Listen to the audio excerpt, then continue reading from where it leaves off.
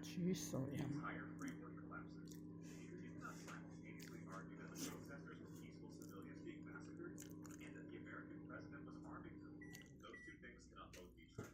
Either they were peaceful, unarmed civilians, in which case why was Trump sending them weapons, or they were armed, in which case the Iranian government's characterization of what happened as an armed insurrection rather than a civilian massacre is at minimum more complicated than the Western media presented it. Yeah. Iran seized on this immediately and correctly.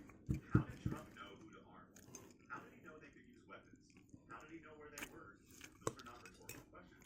They are questions that reveal the extent of American intelligence involvement in what was framed as a spontaneous popular uprising. And leaders who had been pressing Iranians relentlessly on Iranian government credibility had no answer. Because there is no answer that maintains peaceful protesters' framing once the American president admits